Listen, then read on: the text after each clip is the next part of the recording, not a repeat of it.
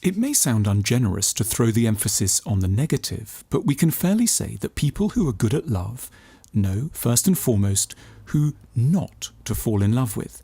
While they may have all sorts of friends and a wide sympathy for the vagaries of being human, when it comes to who they opt to tie themselves to, this is some of what they will avoid with determination. People who have no sense of how difficult they are to live with. People with a heightened belief in their infallibility. People who will, when something is pointed out to them, quickly choose the occasion to simultaneously inform you that it's not as though you're perfect either. People who will label any criticism of them, however sensitively delivered, as rude or offensive, and contrary to the rules of true love as they define these.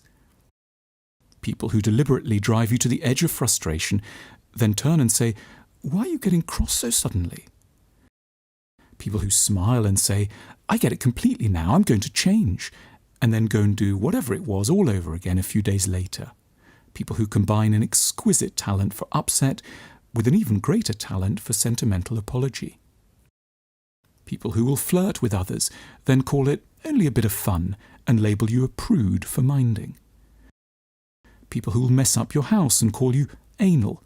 People who will prioritize time with their friends over time with you and then call you controlling.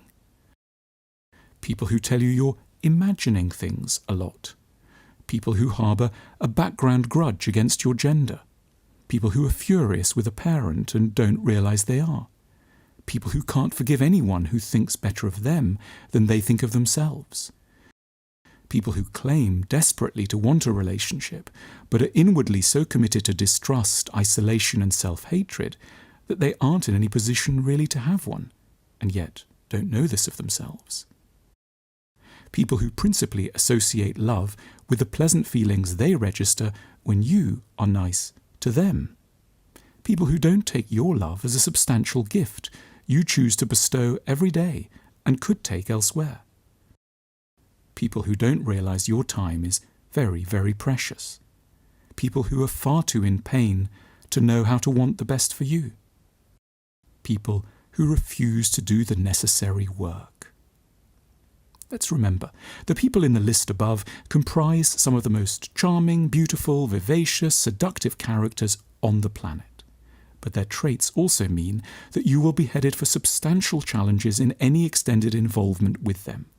It may take years to work out that they use words like love without knowing what they should entail, or that they have systematically shredded your confidence in your judgment in order to avoid acknowledging a raft of their own difficulties. Lovers who know how to avoid these types are not cleverer than the rest of us.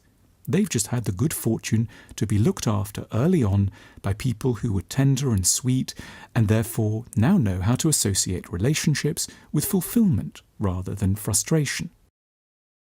Through immense good luck, they simply have no interest in suffering.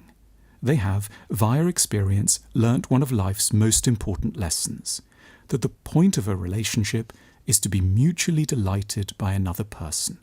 As we may eventually realise, we aren't alive long enough for anything else.